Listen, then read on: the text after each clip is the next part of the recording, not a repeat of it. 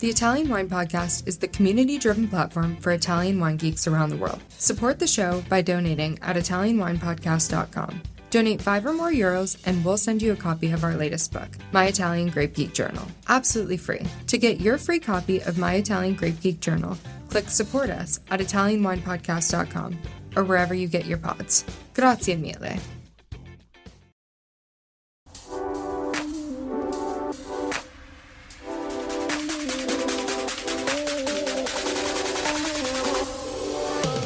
Welcome to another episode of On the Road Edition, hosted by Stevie Kim.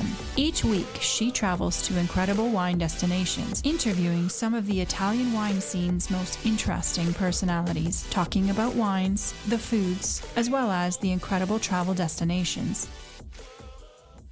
Hello, everybody. Welcome to our tasting panel. We did one last week with Valentina Aljolas. And here people are coming on. We're waiting for Maggie now.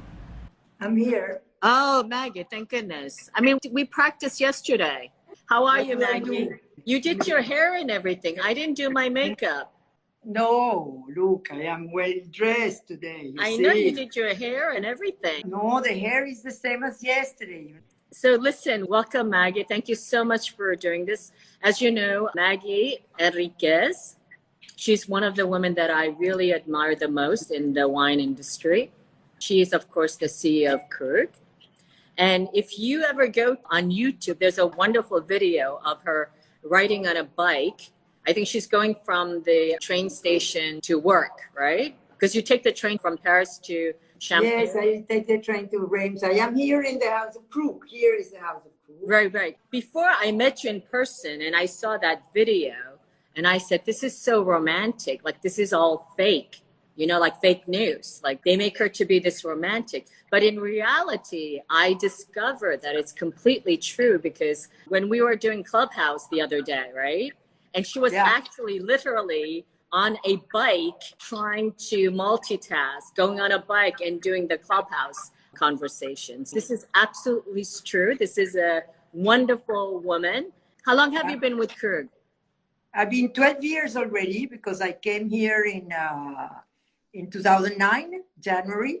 Right. So it's been already 12 years this year. So listen, Maggie, I don't know if everybody knows, you did your PhD. It took you about 100 years to do, right? Yes. I started my PhD in 2007 and 2008. I did all my, the university side and the courses and for 2 years. Where did you do it? Where did you do your PhD? It was on distance with the Swiss Management Center. It was one of the first 7 in Europe in distance. Now everybody does distance, but when I did, nobody was doing that. And they are very strong on that. And I finished the courses, and it was the year to do my thesis in 2009. And it was the year I came here, and it was not possible to think about doing any thesis. And so I asked the professor in Argentina, because I was doing it with the chapter in Argentina. He was really cool, and he helped me a lot. And he found these 10 years with the university. So I had to finish in 2019, which I did. And I'm very grateful because I said to the teacher that I would do something related to these years of experience, which I did. What was the thesis of your PhD? And so you know that in PhD, you have to always push the limits of knowledge. So it's very difficult. You have to bring something that is new. And so the point, what I brought was the fact that in the luxury world, all the luxury theories that are available now, they cannot explain luxury or high-end wines. Can you give us in few sentences, how do you define luxury? The point is you define luxury in a way that you create something that is way beyond that exists to provoke emotions and sensations around something that is a very high qualitative product, that is beautiful, that creates pleasure, that is a full emotion, full experience, and that gives you freedom. This is what luxury is, and normally it is somebody who just brings out something that does not exist. The first luxury product ever was a wine, Aubryon, in 1521. What do you mean by that? The first luxury product was wine? It is known because it's the one that they gave the name, and people were looking for Aubryon because Aubryon was the first to change a Bordeaux kind of light, very light rosette wines into the profile you know today. And this is what luxury is. Luxury is somebody who comes in, like was Vuitton, and says, what ladies do not have a special way of carrying their vêtements, their robe, and he creates. And Dior said, let's look at the shape. Chanel says, I don't want to dress like others. And she just came and provoked and created something new. So luxury is always, this is why innovation is so important. Or in the case of wines, it is about bringing something that is outstanding and impossible to find elsewhere. And so the point was that all theories are about, luxury brands, and they control their whole value chain. And we do not do it in wines. And the base was, I did a research on different houses, and it was to show that it should exist a chapter dedicated to wines. So different houses, meaning champagne houses or other wineries? Wine, I say wine houses, all houses. So no champagne. You didn't include champagne. I didn't include champagne because champagne is in between the luxury brands and wines. And wines would be completely on the side of a totally different approach to the building of a luxury wine. It is not included in any of the books I have found. Can we have a read at your dissertation somewhere? Yes, of course. I can send Where it do we find it? I can send it to you, and then you can do whatever. Then I can sell it. Like I can sell No, it, don't bootleg sell it it. online, No. make people pay for it and make some extra money. Okay. Listen, You don't sell. But it's Meg, interesting. yeah, we would love to read it. Of course, you're a guest at Wine to Wine. You came to Verona, it was like 3 years ago already, I think. Are you enjoying this podcast? Don't forget to visit our YouTube channel, Mama Jumbo Shrimp, for fascinating videos covering Stevie Kim and her travels across Italy and beyond, meeting winemakers, eating local foods, and taking in the scenery. Now, back to the show. Maggie, I want to introduce you to the tasting panel we have today. I just a quick hello. So we have Joanne. Hello. She's my classmate from WSET diploma program. Great. We have Lan. Hello. Okay, Hello. I think you met Lan in Verona. Did you meet her? Yeah. Okay. Yes, we met when I was there. He is actually the coordinator for Vinitaly International Academy. He thinks he's the boss. Okay. Right. We have Rebecca. She's our wine educator for WSET, and of course, she's our Italian wine ambassador. We have Elena. Hello. She's the real boss. She has complete control over my agenda. I do everything. She was a professional swimmer from Siberia. She's really tough. Okay. Good. This is Franco. He runs our WSET school. And then Christina, she's our house enologist. Hello. And Jacopo, incredible taster. So this is our tasting panel in-house today. And of course, we'll be tasting your 168th anniversary. So do you want to tell us a little bit about just the generic idea about the Grand Cuvée? It's a little bit confusing, actually, because it seems like the opposite, right? So we're going to serve the wine, and then if you want to start talking about it, and then our tasting panel has some specific questions regarding, of course, the viticulture and vinification. Absolutely. Perfect. Okay, super good. So we can serve, and I will do also. Yeah, we're going to start serving the wine. And it's a Krug Grand Cuvée 168th edition.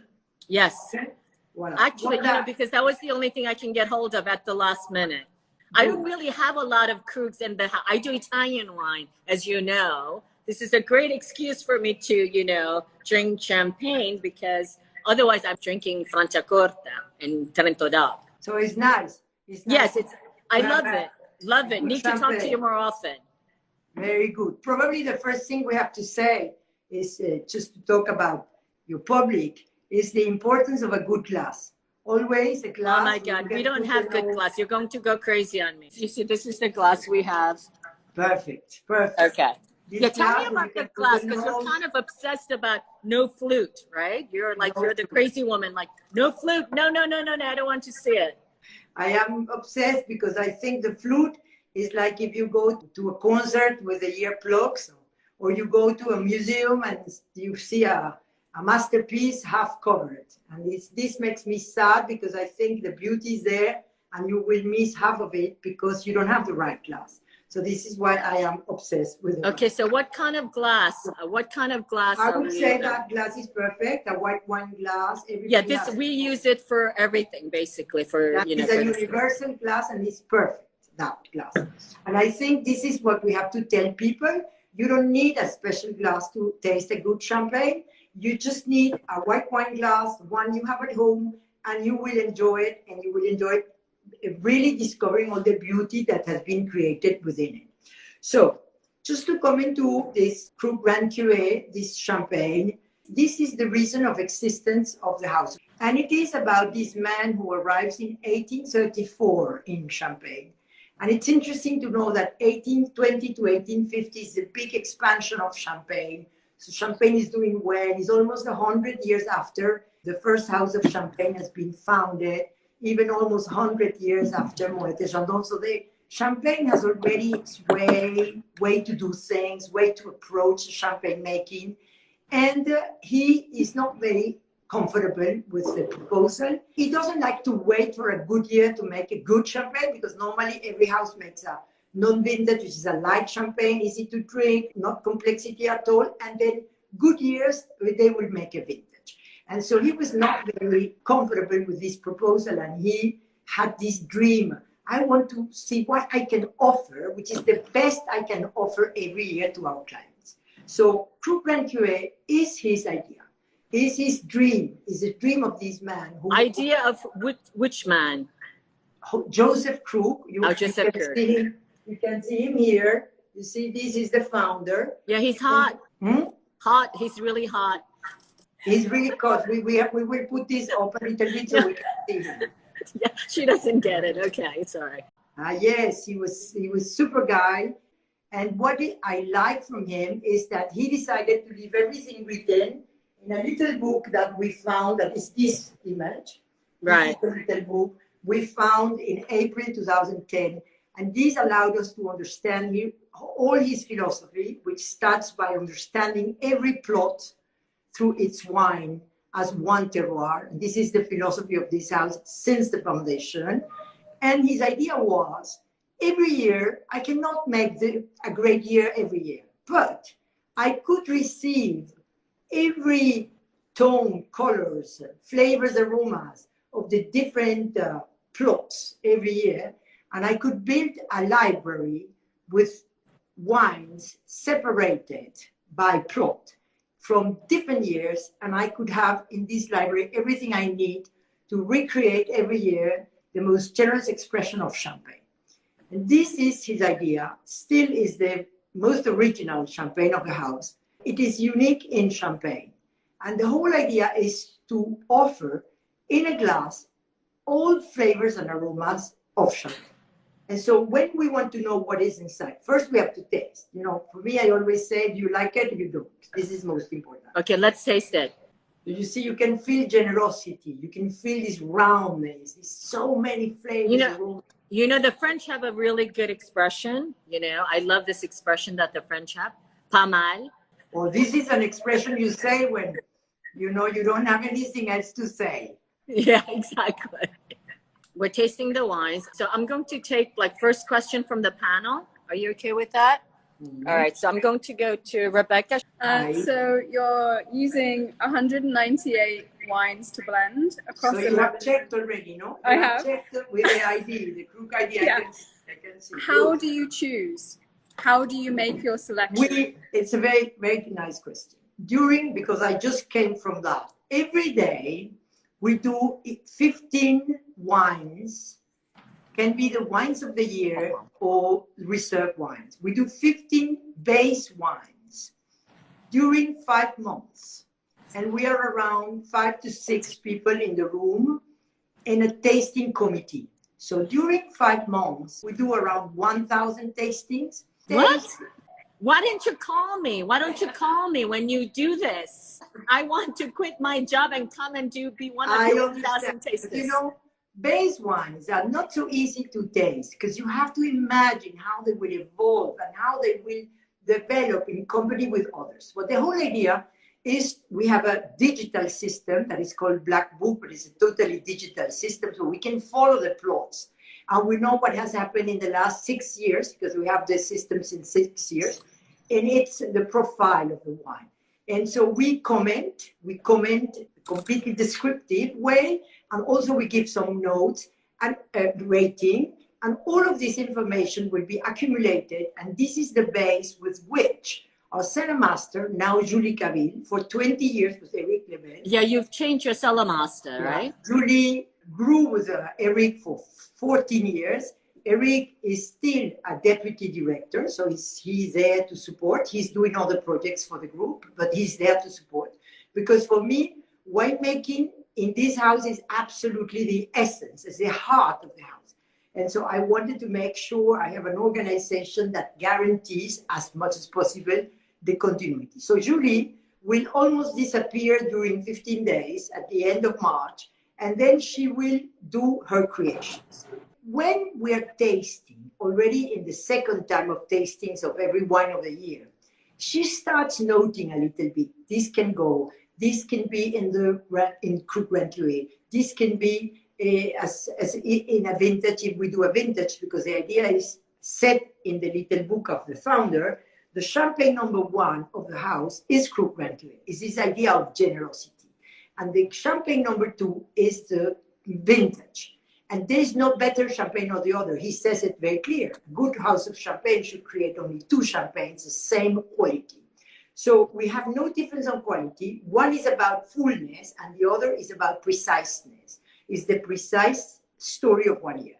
So when she's tasting, wherever, for instance, you feel a lot of fruit. Normally this can, intentionally thought to go in the rosé. And then when you have this diversity of flavors, aromas, then probably you will be sent to Krug Rentley.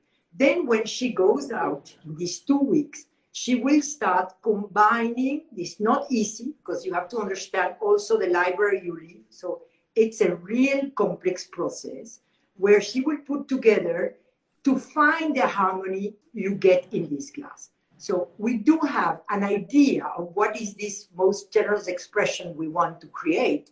Of course, it's never going to be the same. Every new edition is the new edition of the dream of this man of bringing together all flavors and aromas of champagne, but it's never going to be the same. So how we select, through these 5 months, she's already taking notes, especially the last 3 months, about where this wine could be placed.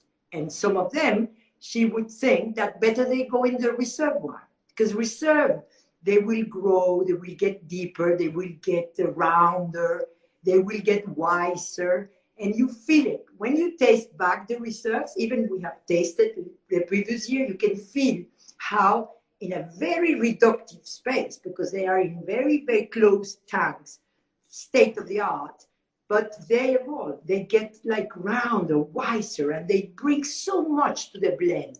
And normally, like here, you have 42% of reserve wines.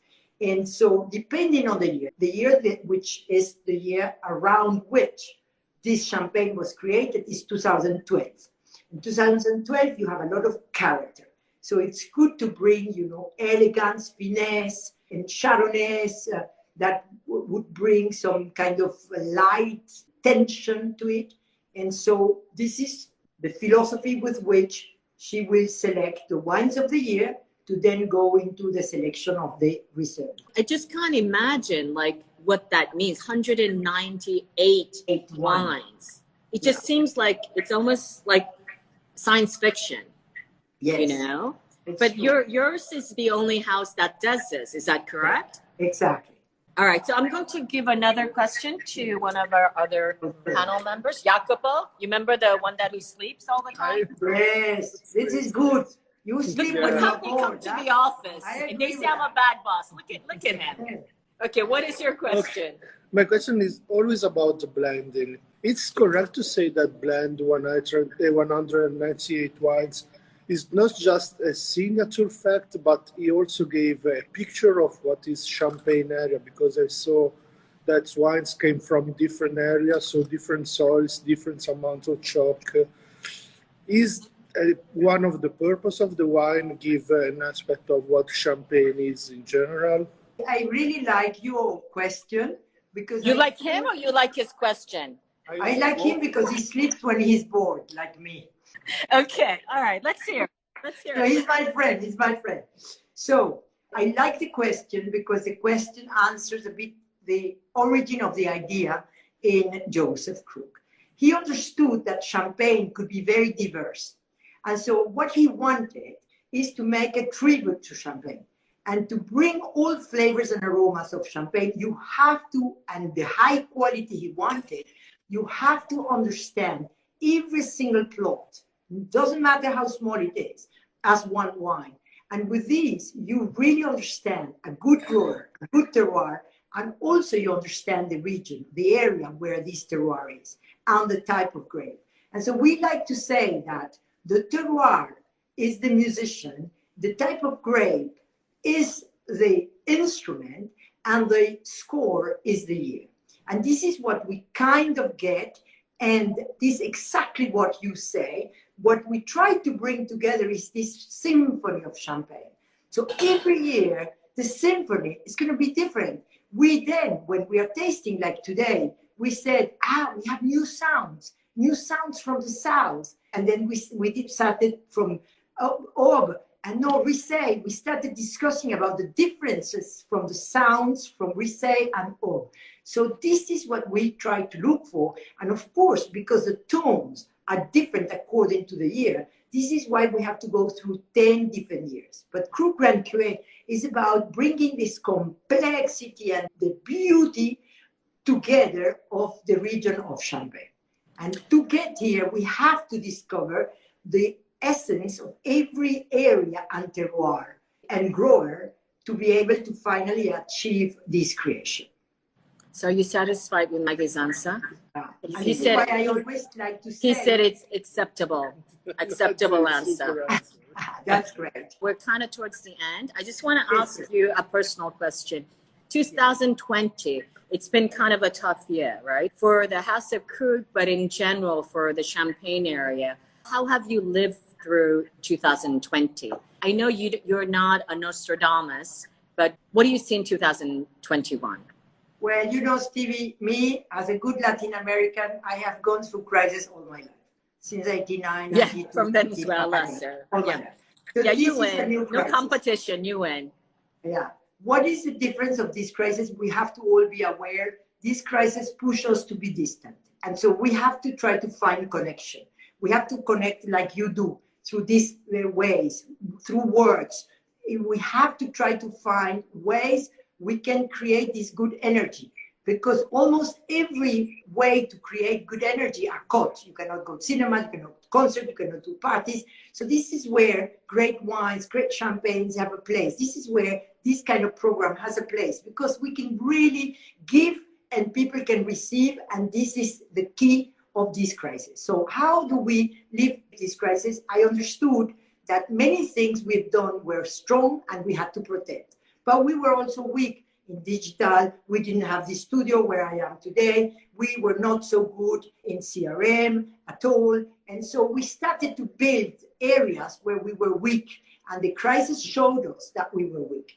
And my idea always is crisis shows you the end of a cycle and the beginning of a new one. And this is the way I see it. And so we are getting, stronger where we were weaker.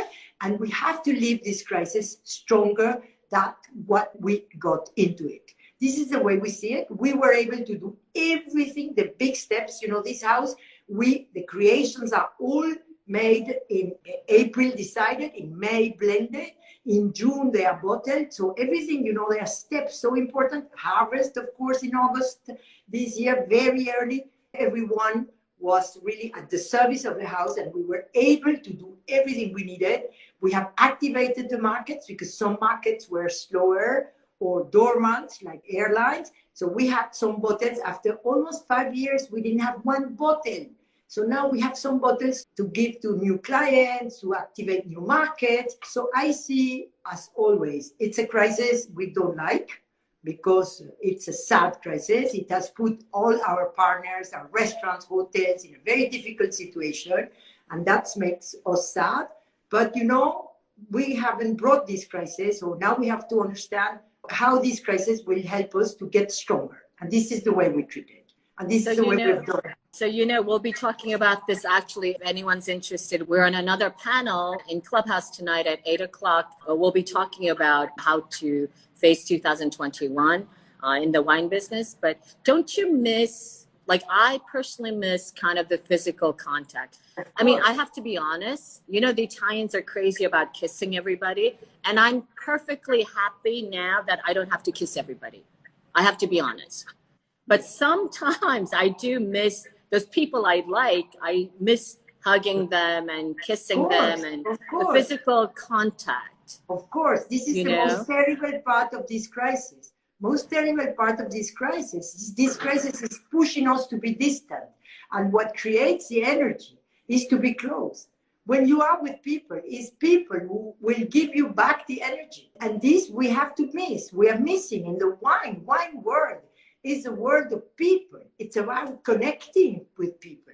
And this is so much missing us, all of us, the people who are on the other side and us. But this is a reality. We have to keep connected. We have to keep connecting. And we will love so much when we are back together. And then we can embrace each other and celebrate life. Okay, so with that, I think let me just tell you, when we do these tasting panels, usually we have a spittoon. I just want you to know nobody's been using it, as you can understand. I understand. Okay. So we just like to do a brindisi. Cheers. I say cheers. Okay. Arrivederci. A presto, Maggie. Grazie mille. Grazie mille a toi. Thank you so much.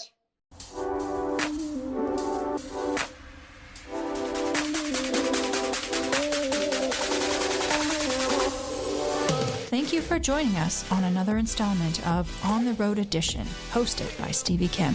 Join her again next week for more interesting content in the Italian wine scene. You can also find us at ItalianWinePodcast.com or wherever you get your pods. You can also check out our YouTube channel, Mama Jumbo Shrimp, to watch these interviews and the footage captured of each location. Chin chin!